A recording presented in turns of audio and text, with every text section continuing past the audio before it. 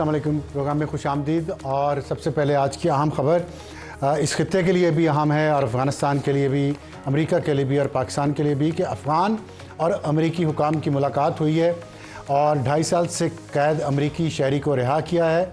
और अमेरिकी वजारत ख़ारजा ने जुमेरात को ये बताया कि अफ़गानिस्तान में 2.5 साल से कैद रहने वाले अमेरिकी शहरी जॉर्ज ग्लेसमैन वतन वापस पहुँच गए हैं, जो कि एक एयरलाइंस के मैकेनिक थे और वहाँ पे वो दिसंबर 2022 में गए थे अफ़गानिस्तान विज़िट के लिए और वहाँ उन्हें गिरफ़्तार कर लिया गया।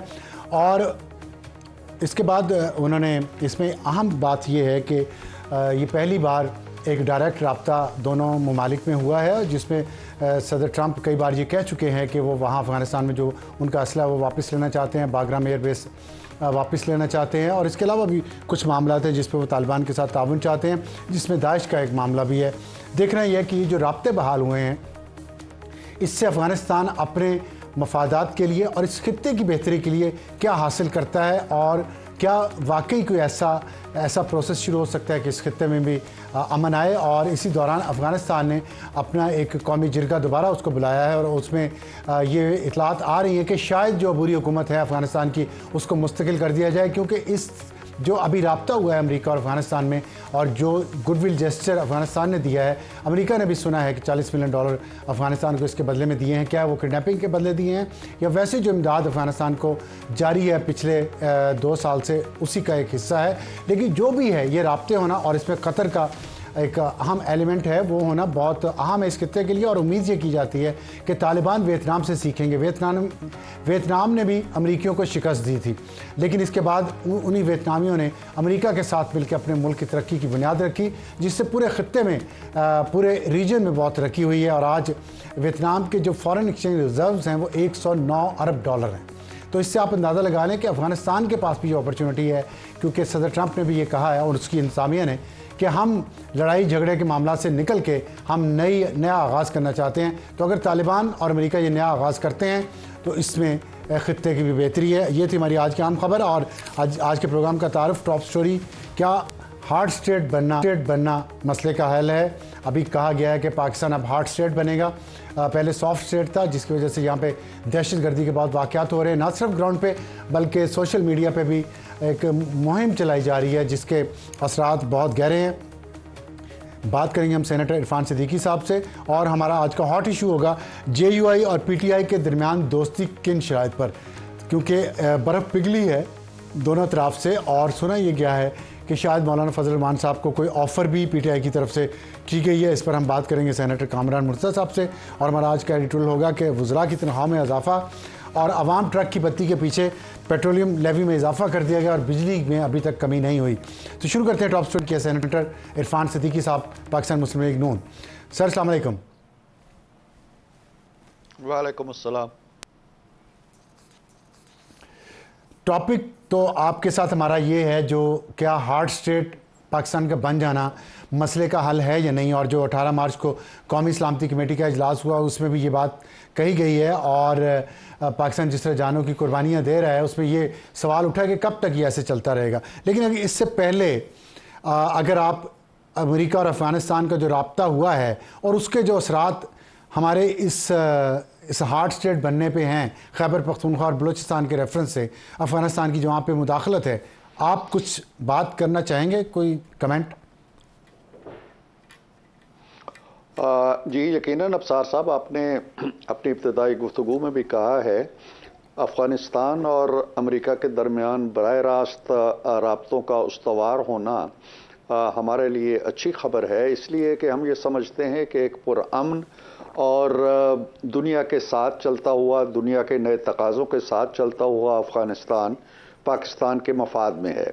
इस वक्त हमारे यहाँ दहशतगर्दी की जो एक बड़ी लहर आई हुई है, उसके बारे में हमें मुसद्दका इतलात हैं कि अफ़गानिस्तान की सरज़मीन इस्तेमाल होती है। बहुत सी ऐसी तंजीमें जो कलदम करार दी जा चुकी हैं, वहाँ अपने पाँव रखती हैं, अपना पूरा नज़्म व नसक रखती हैं, पूरी एक ढांचा है उनका वहाँ पे मौजूद। तो हम समझते हैं कि अफ़गानिस्तान का पुरअमन होना और दुनिया के साथ हम कदम होकर चलना पाकिस्तान के लिए बड़ी मुफीद है। अल्लामा ने बहुत पहले इसे कहा था कि अफ़गानिस्तान जो है वो एशिया का दिल है, और अगर ये पुरअमन होगा तो पूरा एशिया पुरअमन होगा, और अगर दर फसादे वो फसादे एशिया, और अगर वहाँ फसाद होता है तो पूरे एशिया के अंदर फसाद होगा। तो हम वेलकम करते हैं इन मामलात को, और हम समझते हैं कि इसमें अगर पाकिस्तान की भी ज़रूरत पड़ती है और पाकिस्तान एक पुरअमन तरक्की करता हुआ, आगे बढ़ता हुआ, दुनिया के साथ चलता हुआ अफ़गानिस्तान जो है वो हमारे मफाद में है, और हम इस पेशरफ्त को मेरा ख्याल है अच्छी निगाह से देखते हैं। अच्छा, इसमें एक एलिमेंट है ज़ल्म खलीलज़ाद का, जो कि अमरीकियों की इमदाद करते रहे हैं एक तर्जमान के तौर पे कुछ दहाइयाँ पहले तक, लेकिन अब ज़ाहिर है वो ट्रंप रिपब्लिकन पार्टी के करीब हैं। पहले भी अफ़गानिस्तान के मामले में उनका रोल था, जब ट्रंप पहले इक़्तिदार में आए थे, और जो तालिबान के साथ कतर मुआहिदा हुआ उसमें भी उनका रोल था। अभी हमने फिर उनको देखा वहाँ पर पाकिस्तान के उनके साथ तहफ़्फ़ुज़ात हैं, उनके पाकिस्तान के हवाले से एक अपना ज़हन है फ़ौज के ख़िलाफ़, इमरान खान के हक़ में। तो आप समझते हैं कि ये उनकी मौजूदगी इस सतह पर वो कोई अच्छा शगुन नहीं है इस खित्ते के लिए या इस खित्ते के अमन के लिए, क्योंकि वो तो उनकी लाइन ही पाकिस्तान के बारे में अलग है, ख़ास तौर पर अफ़गानिस्तान के हवाले से। जी बिल्कुल दुरुस्त कहते हैं आप। ज़ल्म खलीलज़ाद एक ख़ास माइंडसेट का नाम है, और वो पाकिस्तान के हवाले से हमेशा ही उनका जो रवैया रहा है, जो तर्ज़ अमल रहा है, वो बड़ा मनफी रहा है। लेकिन मेरा ख़्याल ये है कि मौजूदा ट्रंप इंतज़ामिया के अंदर उनका कोई बाज़ाब्ता रोल नहीं है, ना कोई उनके पास कोई बड़ा ओहदा। और ये जो डेवलपमेंट हालिया हुई है एक अमरीकी की रिहाई की, उस सिलसिले में भी ऑप्टिक्स में तो वो आ गए हैं, कहीं दिखाई भी दिए हैं, और आजकल तशरीफ़ भी लाए हुए हैं वहाँ पे। लेकिन ये जो मामलात तय हुए हैं उसमें ज़ल्म खलीलज़ाद का बराह रास्त कुछ ज़्यादा अमल दखल नहीं था, और अमेरिका को ये बात ज़रूर जहन नशी रखनी चाहिए, और शायद वो रखेंगे यकीनन, कि अगर कोई ऐसा सिलसिला होता है या कोई इस तरह का अरेंजमेंट किया जाता है कि पाकिस्तान से मुतहारिब अफ़गानिस्तान तश्कील दिया जाता है, या ऐसे अफ़गानिस्तान की हौसला अफजाई की जाती है जो पाकिस्तान के साथ अच्छे ताल्लुकात नहीं रख सकता, तो फिर अमेरिका के जो मकासद हैं ख़ित्ते में अमन के लिए, या अफ़गानिस्तान की तरक्की के लिए, या अफ़गानिस्तान के साथ बराह रास्त अच्छे ताल्लुकात उस्तवार करने के लिए, उन कोशिशों को ज़ख्म पहुँचेगी। तो ऐसे किरदार जो पाकिस्तान और अफ़गानिस्तान के दरमियान ताल्लुकात में रखना अंदाज़ी कर सकते हैं, इस अमल के अंदर अगर शामिल होंगे, तो मेरा ख़्याल ये है कि वो एक नया प्रोजेक्ट जिसे कहना चाहिए, या एक नई सोच जो ट्रंप साहब यहाँ इस खित्ते में लाना चाहते हैं, वो सोच मुस्बत तरीके से आगे नहीं बढ़ सकेगी। ठीक है, इसमें आप समझते हैं कि पाकिस्तान का फॉरेन ऑफिस, पाकिस्तान की हुकूमत, उसको भी एक रोल प्ले करना, जो आखिर में आपने बात की है? जी हाँ, यकीनन उसका रोल है। पाकिस्तान के रोल को नज़रअंदाज करके अमेरिका जो मकासद वहाँ हासिल करना चाहता है, चाहे वो वहाँ से असलहा लेके जाना चाहता है या कोई और डेवलपमेंट है, पाकिस्तान बहरहाल अफ़गानिस्तान के हवाले से बड़ी अहमियत रखता है। अफ़गानिस्तान के लिए जो तजारत है वो पाकिस्तान के बग़ैर उसके लिए बड़ी मुश्किलात हैं, और दोनों ममालिक के दरमियान अच्छे ताल्लुकात ही ख़ित्ते में अमन की ज़मानत दे सकते हैं। वगरना तो मामलात जो हैं वो मेरा ख़्याल नहीं है कि देर पा साबित होंगे। इसलिए पाकिस्तान को अगर आप जंगों में झोंक देते हैं और जंगें लड़ाते हैं, तो मेरा ख्याल ये है कि अमन की तश्कील के लिए भी पाकिस्तान को एतमाद में ज़रूर लिया जाना चाहिए। अच्छा, इसी मिसाल से हम अपने आज के टॉपिक पे आते हैं, हार्ड स्टेट बनना क्या मसले का हल है। जैसे देखिए, अमेरिका और तालिबान की बहुत जंग जारी रही 10-12 साल, और अब आके वो एक दूसरे के साथ ताउन कर रहे हैं, आगे बढ़ना चाह रहे हैं। क्या हम हार्ड स्टेट का जो मतलब समझ आ रहा है कि एक मिलिट्री ऑपरेशन ही होगा और उसी के ज़रिए जो कार्रवाई है दहशतगर्दों के ख़िलाफ़ होगी, लेकिन एक जो नैरेटिव है, जो ज़हन साजी लोगों की हो गई है, आम आबादी की, उसके लिए हार्ड स्टेट बनना ज़रूरी है या सॉफ्ट स्टेट? और उसकी मैं इसलिए भी कहना चाहूँ कि आर्मी चीफ ने ये कहा है उस कमेटी की मीटिंग में कि हार्ड स्टेट हम बनेंगे, तो साथ उन्होंने ये भी कहा है कि गवर्नेंस का जो गैप है, गवर्नेंस के गैप को आर्मी के जवान और ऑफिसर्स, आप शोहदा जो हैं, वो अपने खून से भरते रहेंगे। हमेशा उन्होंने ये सवाल पूछा है। तो अब हुकूमत का ये ड्यूटी है वो बताए कि गवर्नेंस का जो गैप है, ये इसके साथ अब हार्ड स्टेट बन जाएंगे जब, तो क्या मकासद हल कर पाएंगे? देखिए अबसार साहब, ये बड़ा नाजुक सा मौजू है और ये इसकी नज़ाकत और भी बढ़ जाती है कि वो सारी कन्वर्सेशन जो वहाँ हुई, जो चीफ साहब ने बातें की या दूसरे लोगों ने की, वो इन कैमरा हुई हैं और वो अमानत होती हैं जब कोई चीज़ इन कैमरा होती है। लेकिन ये बातें चूँकि अब प्रेस में आ चुकी हैं, इसलिए मैं प्रेस की रिपोर्ट्स के हवाले से इन पे बात कर सकता हूँ कि हार्ड स्टेट का जो तस्वर दिया गया है, उसका मकसद ये नहीं है कि हम हाथों में अब तलवारें ले लेंगे और बंदूकें ले लेंगे और तोपें ले लेंगे और चढ़ दौड़ेंगे। मामलात ये है कि जो लोग इस हद तक चले गए हैं, जो ट्रेन के का जो हालिया वाक़या हुआ है जाफर एक्सप्रेस का, और जिस तरह से 400 लोगों की ज़िंदगियां ख़तरे में डाली गई, ये मेरा ख्याल है बहुत आगे की चीज़ थी और बहुत दुनिया के अंदर ऐसी वारदातें बड़ी कम हुई हैं। और इसमें आप अबसार साहब ये भी जानते हैं कि सारी दुनिया ने इस वारदात को कंडेम किया है। दुनिया में भी एक मैसेज गया है कि दहशतगर्दी का जो जोर है वो कितना बढ़ गया। अक़वाम मुत्तहिदा तक ने नोटिस लिया है, सलामती कौंसिल से करारदादें आई हैं। तो कहने का मतलब ये है कि ये बड़ी भयानक वारदात थी। जिस तरह APS ने आपको चौंका दिया था और आपको एक एक्शन प्लान तैयार करना पड़ा था, तो वो भी उस वक्त भी ये लफ्ज़ इस्तेमाल हुए थे या नहीं हुए थे, उसमें भी यही था कि हम एक हार्डन स्टेट बनेंगे। और हमने वो काम किया, हमने ऑपरेशन किए, ज़रबे अज़ब किया और किए। तो ये एक उसी थ्योरी की अक्कासी थी जिसको जो आज चीफ साहब ने कही है। तो इसका मतलब ये नहीं है कि हम आम शहरी जो हैं उन पे चढ़ दौड़ेंगे, लेकिन जो लोग इस सारे सिलसिले में मुआवन हो रहे हैं, उनकी अहमियत को या उनकी जो सोशल मीडिया के अंदर उनका जो दखूल है और जो मैसेजिंग होती है और जिस तरह के जहन साजी की जाती है, ये भी किसी दहशतगर्दी से कम नहीं है। अब देखें, अब जाफर एक्सप्रेस अगर एक तरफ वाक़या हो रहा है और उसी वक्त एक सोशल मीडिया के अंदर तूफ़ान उठता है और सारी हमदर्दियाँ जो हैं वो दहशतगर्दों की तरफ धकेली जाती हैं और सारी नफ़रतों का निशाना जो है वो शहीद बनते हैं जिन्होंने अपनी जानें दे के पाकिस्तानियों को बचाया, तो फिर ये लोग किसी मर्सी के मुस्तहिक हैं या नहीं है? ये ऐसा नहीं है। अभी जो वाक़यात हुए हैं कुछ साल पहले बरतानिया में हुए हैं, फसादात हुए हैं, लूट मार हुई है, लोगों ने किस तरह हुकूमत ने रिएक्ट किया है? क्या वो साफ्ट तरीके से रिएक्ट किया? अमेरिका में जो कैपिटल हिल पे चढ़ाई हुई थी उसका रद्द अमल क्या था? तो ये कोई ऐसी चीज़ नहीं है कि हम पहले जो थे वो बिल्कुल सोए हुए थे और अब खंजर बकफ हो जाएंगे। मामला ये है कि जो बंदूक है और जो बात सुनने के लिए आमादा नहीं है, जो हमारी जानों से खेल रहा है, जो पाकिस्तान की रियासत के खिलाफ प्रोपगंडा कर रहा है, जो हमारी सलामती से खेल रहा है, उसको इन्हीं सिक्कों में जवाब दिया जाएगा। ये एक सीधी हर जो एक रियासत है उसकी ये जिम्मेदारी होती है।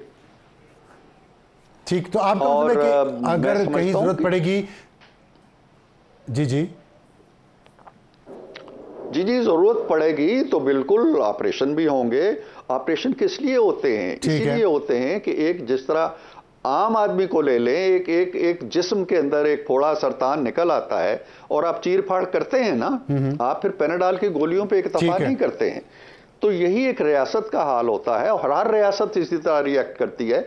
मैं समझता हूं कि हमारे यहाँ तो बड़ी नरमी की गई है, बहुत नरमी की गई है। आप तसव्वुर कर लेना, 9 मई अगर हुआ होता किसी और मुल्क के अंदर तो उसका रद्द अमल क्या हुआ होता? हम तो अब तक किसी को सजा भी नहीं दे सके। और फिर अगर एक सेकंड सिर्फ एक सूबा, एक इकाई अगर फेडरेशन पे इस तरह हमलावर हुई होती जिस तरह पिछले साल हुई है इस्लामाबाद के ऊपर, आप तसव्वुर करें ना कि नई दिल्ली पे कोई इंडियन रियासत चढ़ दौड़ती तो क्या असर हुआ होता? तो हम सॉफ्ट स्टेट इसलिए हैं कि हम इन चीज़ों को हजम कर रहे हैं, ठंडे पेटों हजम कर रहे हैं, रोज़मर्रा की वारदातें समझ के और ट्रैफिक का चालान समझ के इनको बर्दाश्त कर रहे हैं। ऐसा अगर करते रहेंगे तो फिर ये होता रहेगा। ठीक है, आपने रियासत की बात की है, रियासत का एक विंग है खैबर पख्तूनख्वा, और आपने अभी जिक्र भी किया कि उन्होंने चढ़ाई भी की है इस्लामाबाद पे। उन्होंने अभी अली मीन गंडापुर ने ये कहा है कि हम ऑपरेशन की किसी सूरत इजाज़त नहीं देंगे। गुट तालिबान अभी भी घूम रहे हैं। तो पहले कह रहे थे कि हाफिज़ गुल बहादुर और नूर वली मोहम्मद पहले गुट थे, अब बैड हो गए। अगर ये आपकी रियासत का एक ऐसा विंग जहाँ पर ये जंग जारी है, वो कह रहा है कि हम नहीं करने देंगे, तो फिर तो ये टकराव नहीं है, ये कैसे हल होगा? ये बिल्कुल बिल्कुल टकराव है, और इस टकराव की जो कड़ियां हैं वो पीटीआई के फैसलों से मिलती हैं, जो खान साहब की हुकूमत के दौरान जिसका तज़किरा अब बहुत ज़्यादा होने लगा है, जो उस वक्त की फ़ौजी क़यादत के साथ मिलके 4-5 हज़ार जो हार्डेंड क्रिमिनल्स थे उनको यहाँ लाया गया, और फिर उनके अहले खाना जो थे उनको भी लाया गया, और 40-50 हज़ार की ये तादाद बन गई। और इसका तज़किरा उस मीटिंग के अंदर भी हुआ, और बड़ी शिद्दत के साथ हुआ, जिसका जिक्र आप कर रहे थे, हमारी जो सिक्योरिटी काउंसिल की पार्लिमानी इजलास हुआ। तो अब जी हाँ, कौमी सलामती का, तो अब वो लोग भी यहाँ बैठे हुए हैं, और भी बहुत से ग्रुप वहाँ बरसरे कार हैं। अभी कल ही देखिए डेरा इस्माइल खान में एक वाक़या होता है, आए दिन वाक़यात होते रहते हैं। इन वाक़यात के बावजूद, इस खूंरेज़ी के बावजूद, उनके दंदनाने के बावजूद, अगर वहाँ का इंतज़ामी सरबराह ये कहता है जी कि हम ऑपरेशन नहीं होने देंगे, तो इसको क्या मानी दिए जाए? इसको क्या ये मानी दिए जाएं कि अब अफ़गानिस्तान ही नहीं, गंडापुर साहब अपने सूबे को भी उनकी पनाहगाह बनाना चाहते हैं, और वो वफाक के साथ इस तरह लड़ाई करना चाहते हैं। फिर यहाँ जब वो चढ़ाई करते हैं तो बेशुमार अफ़गान उसमें से पकड़े जाते हैं। बनिगाला छोड़ के जब ज़मान पार्क में पनाहगुज़ीन होते हैं खान साहब, तो उसके इर्द गिर्द कौन लोग वहाँ खैमे गाड़े बैठे हुए थे। तो ये कहानी जो है ये चलने वाली नहीं है। कल खुदा ना खास्ता अफसार साहब, अगर हमारी इस मगरबी सरहद पे कोई महाजाराई हो जाती है, तो क्या हम गंडापुर से इजाज़त लेके हमारी फ़ौज जो सरहदों का दिफा करेगी? तो गंडापुर साहब को भी सोचना चाहिए, उनकी जमात को भी सोचना चाहिए कि वो पाकिस्तान के साथ क्या खेल खेल रहे हैं। आखिर में मुख्तसरन बता दीजिएगा, आपने जाफर एक्सप्रेस का वाक़े का जिक्र किया बार बार, और एक जो जहन साजी हुई है लोगों की, ख़ास तौर पे नौजवान नस्ल की, जाफर एक्सप्रेस के वाक़े के बाद बलोच जो नेशनलिज्म है उस पर काफ़ी तनकीद हुई है, जिस तरह उन्होंने बेगुनाहों को मारा है। लेकिन हम देख रहे हैं कि पाकिस्तान का मुल्क है, रियासत है, वो इस वाक़े को सही तरह से प्रोजेक्ट नहीं कर सके।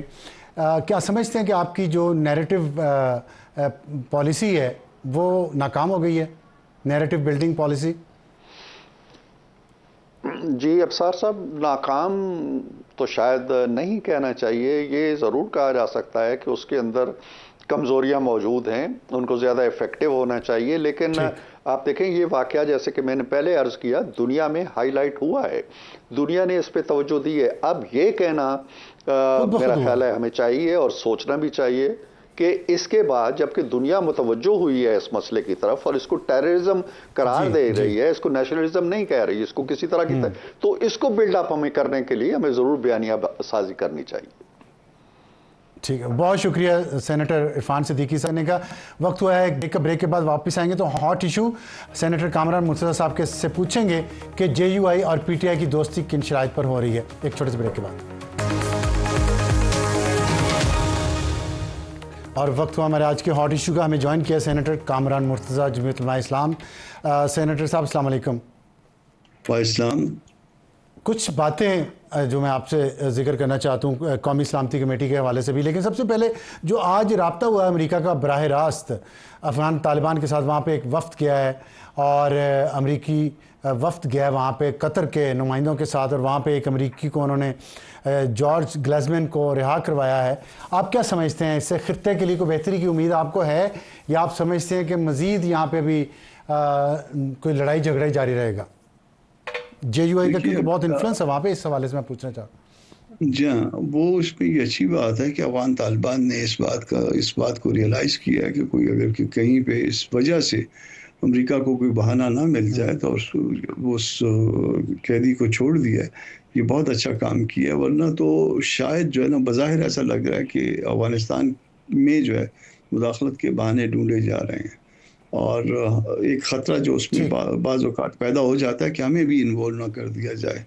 तो अल्लाह पाक रहम करे कि बेहतरी हो, कोई ऐसी बातें ना हो कि जिसमें हम इन्वॉल्व हों या कोई इस खत्ते में कोई नई मुदाखलत हो। तो इनको फूंक के जो है ना वो कदम उठाने चाहिए और एहतियात करनी चाहिए। ठीक है। अच्छा, मौलाना साहब ने फरमाया कि रियासत के खिलाफ हथियार उठाने वाला दहशत गर्द है। दहशत गर्दी का कोई मजहब फ़िरका नहीं है, सियासी क़यादत और कौम को किसी मखमसे का शिकार हुए बगैर दहशत गर्दी का खात्मा करना होगा। साथ ही हमने सुना है कि अब हार्ट स्टेट हम बनने जा रहे हैं। तो इन सब के साथ साथ हम देख रहे PTI इस चीज़ की मुखालिफ है।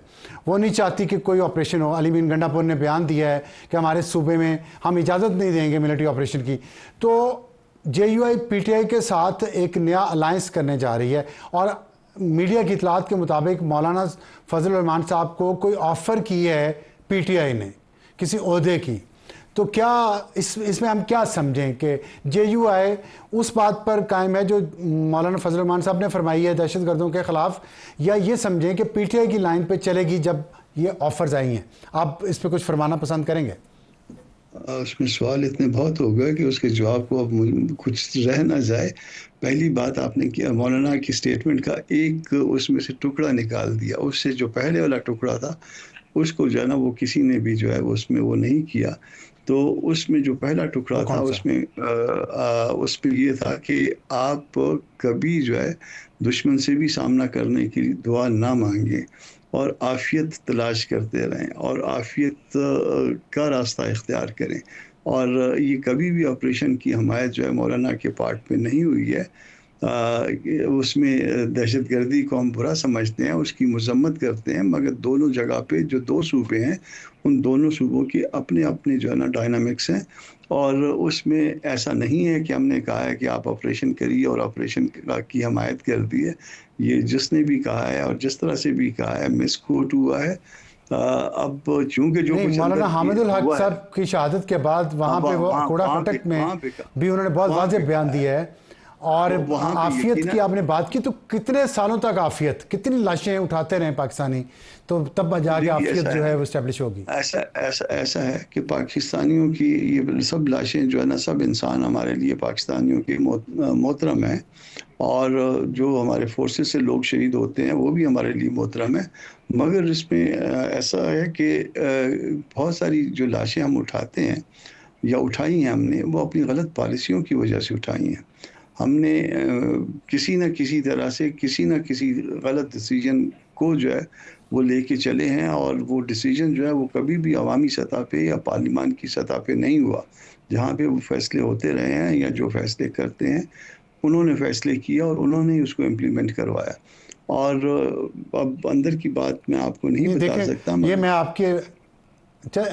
सॉरी, मैं अगर आपको इंटरप्ट कर लूँ, ये आपकी बात दुरुस्त है, पॉलिसीज़ कहीं और बनती हैं, लेकिन मेरा जो अपनी ज़ाती मेरी मुशाहिदा है, मैंने तो देखा है पिछले 25 साल से कोई ना कोई सियासी जमात उनके साथ कहीं ना कहीं शामिल रही है। अब आके जिम्मेदारी का वो हिस्सा नहीं लेना चाहते। मसलन JUI की अपनी हुकूमत रही है परवेज़ मुशर्रफ के दौर में KP में, जब ये पॉलिसी चल रही थी। फिर उसके बाद ये PDM की जब हुकूमत बनी है और उससे पहले जब मुस्लिम लीग नून की हुकूमत थी, तब भी इक़्तिदार में हिस्सा तो JUI का भी रहा और ये पॉलिसी चलती रही। तब हुकूमत से बाहर निकलना चाहिए था। कुछ जिम्मेदारी तो हम सब की है, गलतियां तो की है, लेकिन हम सब ने की है। बिल्कुल इसमें जिम्मेदारी बनती है। मगर आप क्या ये समझते हो कि ये इतना बड़ा फैसला या ये जो इस तरह से जो मामलात होते हैं वो एस्टेब्लिशमेंट की मर्जी के बगैर होते हैं? ये पॉलिसियाँ जो है ये सारी जो है वो कहीं और से आती है। और इसी बात की, मैं सुन लीजिएगा, इसी बात की निशानदेही मौलाना ने की थी इजलास में भी शायद, अब जब आप बात इधर तक ले आए, और उन्होंने इस हद तक भी कहा था कि क्या किसी के खिलाफ जो है, रूस के खिलाफ जहाद जो है वो जहाद है और अमेरिका के खिलाफ जो है वो जहाद नहीं है, वो कुछ और बन जाता है। तो इसमें बहुत सी बातें हैं, इसमें हम ओन करते हैं कि हमारी भी गलतियां शामिल होंगी, मगर जो है ना ये फैसले जो है कहीं ना कहीं हमसे ऊपर की सतह पे होते रहे हैं। वो जिसकी भी गवर्नमेंट हो वो फैसले वहीं पे होते रहे। ठीक है, लेकिन मेरा सिर्फ ये विनती है, तरला है, मिन्नत है कि सियासी जमातों को उस वक्त जब इख्तियार में होती हैं उस वक्त मुखालफत करके अलग होना चाहिए। अच्छा, आगे चलते हैं। ये बताइएगा कि PTI के साथ, ठीक, PTI के साथ ये बताइएगा कि जो जी फरमाएं आप फरमाएं। हाँ, PTI के साथ मामला मैं ये बड़े हैं। नहीं, एक इतलात ये आ रही है मीडिया में, जो इतलात हैं कि उनको कोई ऑफ़र की गई है पीटीआई की तरफ से किसी बड़े ओहदे की, और उसके बाद मौलाना साहब ने फरमाया कि मैं अपनी मशावरत करके मैं आपको बताऊंगा। तो वो कौन सा ओहदा है जिसकी ऑफ़र की गई है और क्या शराइत है? ये शरारत के लिए कोई दोस्त वो कर देता है, क्योंकि ये जिम्मेदारी जो है वो उनसे जो बात कर रहे हैं वो मैं कर रहा हूं। दोस्त भी यार शरारत भी कर रहा है, और वो आम तौर पे जो उधर से भी जो बात आती है वो मेरे तक ज़रूर आ जाती है। तो मैं ये पूरी जिम्मेदारी के साथ कहता हूँ कि मौलाना को कोई ऑफ़र नहीं की गई और ना मौलाना की कोई ओहदे के हवाले से किसी की डिमांड है, मगर ये है कि हमारी बहुत सारी रिजर्वेशंस हैं हमारे माजी के हवाले से, माजी बईद के हवाले से भी, माजी करीब के हवाले से भी, और आइंदा के लिए भी जो है ना वो कुछ ऐसी बातें हैं जिनके ऊपर हम क्लैरिटी चाहते हैं। वो भी उसमें जो है ना कोई डेवलपमेंट्स हुई हैं और वहाँ से जो कहा गया है कुछ शेयर करेंगे उनमें से जो आपकी बातें थी और उन्होंने उस पर मुस्बत रद्द-ए-अमल दिया है, कुछ आवाम से शेयर करेंगे? नहीं कर सकता। हाँ, उसकी वजह ये भी है, इवन अब हम जब मुस्तफ़ा नवाज़ खोखर साहब के अपना इफ्तार डिनर में बैठे थे तो वहाँ पे भी जो है ना वो पूरा उसमें कहा गया कि भाई इसमें जो है ना कोई ऐसा जो है ना कमेटी बन जाए और एक कोई मुश्तरका जो है ना वो हम लाया अमल लेके आगे चले, मगर वो जनरल काउंसिल तो अभी तक को बताया गया कि एक अभी तक जो मीडिया में बातें आई हैं उसमें ये है कि दो हमने गिले भी रखे थे उनसे, एक 26 अमेंडमेंट के हवाले से, क्योंकि उसमें महमूद खान साहब वाले भी मौजूद थे और बाकी सारी पार्टियां मौजूद थी बशमूल पीटीआई। तो हमने कहा कि 26 अमेंडमेंट में आप पीटीआई को इंगेज रखा, उसके बावजूद जो है ना वो फिर उसमें जो है उन्होंने ऐसा स्टैंड लिया जैसे जो है सिर्फ कोई हमारी जिम्मेदारी थी, उनकी कोई वो नहीं थी। और दूसरा गिला ये हमने रखा कि ये हमारा आपके साथ ये तय हुआ था कि इशू बेस हम इकट्ठा चलेंगे, इशू बेस होगा सारा कुछ। उसके बाद कभी भी जो है ना हमारी मीटिंग तक भी नहीं हुई। तीसरा गिला ये रखा कि ये आपने जो ना पहले जो है वो तासुर दिया, या आपने अपने नाम भी दे दिए कि इस कमेटी के इजलास में कौमी सलामती वाली में आप जाएंगे, आपके नाम भी मीडिया पे आ गए। आपने नाम देते हुए शेयर किया हमसे, कोई नाम है कोई इन्फॉर्म किया, और उसके बाद जब आपने उसमें जब हमने फैसला कर लिया फिर आपने विड्रॉ कर गए और उसमें भी जो हमसे शेयर भी नहीं किया ना इन्फॉर्म किया। तो ये बातें कुछ शिकवे शिकायतें भी हैं। ठीक है, आखिर में बता दीजिएगा कुछ और शिकवे भी हैं। अली मीन गंडापुर ज़ाहिर डायरेक्ट उनका मौलाना फजल रहमान साहब के साथ एक ही हल्के से वो इलेक्शन लड़ते हैं, उनके और उनके इर्द गिर्द लोगों से बहुत सारे शिकवे हैं JUI को और मौलाना फजल रहमान को। और दूसरा जो इलेक्शन वहाँ पर रिजल्ट आए हैं खैबर पख्तूनख्वा के, उस पर भी एतराज़ है। क्या इस पर कोई बात हुई है PTI से? उस पे यकीनन एतराज़ है। उस हवाले से जो है ये वन ऑफ द कंडीशन है वहाँ पे, मगर मज़ीद इसकी तफसील नहीं बताऊँगा। मगर अली अमीन साहब के हवाले से एक बात अर्ज़ कर दूँ कि अली अमीन साहब भी कौमी सलामती वाली कमेटी के इजलास में थे और शायद पहली दफ़ा उन्होंने मौलाना साहब से इस्लाम दुआ भी की और बड़े अच्छे तरीके से की और मेरे साथ भी की। तो वो भी मामला कुछ बेहतर हुए हैं शायद। अच्छा, चले बहुत शुक्रिया, ये तो आपने अच्छी बात सुनाई है। कुछ उम्मीद है कि हमारी सियासी जमातें भी करेंगी एक दूसरे हाथ मिला के। और वक्त तो एक ब्रेक के बाद आएंगे तो हमारा आज का एडिटोरियल वुज़रा की तनख्वाहों में इजाफा, लेकिन अवाम अभी तक ट्रक की बत्ती के पीछे हैं कि बिजली की कीमतें कम होंगी, पेट्रोलियम की कम होनी थी वो नहीं हुई, लेवी बढ़ा दी गई। एक छोटे से ब्रेक के बाद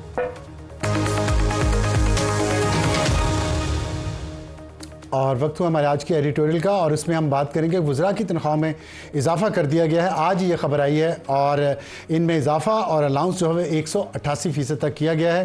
लेकिन एक अच्छी बात है, जो अच्छी बात कहनी भी चाहिए गया है, वो ये है कि पहले वफाकी वज़ीर की तनख्वाह ज़्यादा होती थी और वज़ीर ममलकत की और मुशीर की कम होती थी। इस दफ़ा उन्होंने बराबरी कर दी है। उन्होंने कहा किसी के साथ बेइंसाफ़ी नहीं होनी चाहिए और सबकी तनख्वाह बराबर कर दी, और बराबर करके कर दिए 5,19,000 रुपये एक महीने की। और इससे पहले फरवरी के महीने में मेंबर कौमी असम्बली की तनख्वाह में 900% तक इजाफा किया गया था और MNAs की तनख्वाहें 1,88,000 से बढ़ाकर 5,19,000 रुपये कर दी गई थी। और अब वफाकी वज़ीर ममलकत और मशीर की तनख्वाह भी 5,19,000 कर दी गई है, क्योंकि वज़ीर अगर आप बनते हैं तो शायद आप MNA वाली तनख्वाह नहीं लेते। तो एक शिकवा ये था वज़रा का, और ज़ाहिर है गरीब लोग होते हैं वज़रा, अक्सर वो कहते हैं जी कि हमें वज़ीर बन के हमारी तनख्वाह कम हो जाती है MNA से, तो हमें इतनी तो मिले, क्योंकि वजारत में तो कोई मज़ा ही नहीं है। खैर, और बहुत सारे वज़रा तनख्वाहें लेते भी नहीं हैं, ये भी एक बयान आया था। तो फिर बढ़ाई क्यों गई? और दूसरी तरफ आवाम हैं जिनको ट्रक की बत्ती के पीछे लगाया गया है कि आपके बिजली के रेट कम कर दिए जाएंगे, और कितने कम किए? ₹50, और ये 23 मार्च को होना है। 1-1.5 महीने से ये खबर चल रही है, और इस दौरान पेट्रोलियम प्राइसेस पूरी दुनिया में कम हो गई, लेकिन उसका रिलीफ पाकिस्तानियों को नहीं मिला, और इसकी बजाय उसमें जो लेवी थी उसमें इजाफा कर दिया गया, और जो रिलीफ मिलना है बिजली में वो लेवी के ज़रिए पहले हमारी जेबों में से निकाल लिया गया है, और साथ हमारी जेबों में से निकालने के बाद जो रिलीफ हमें मिलना है उससे ज़्यादा रिलीफ काबीना के सारे मेंबरान को दे दिया गया है। तो काबीना का मेंबर बने बड़े होके, अवाम ना बने। अवाम के साथ तो यही होगा, आप रूलिंग एलीट का हिस्सा बन जाए तो इस मुल्क में सत्ते ख्याल। Good night.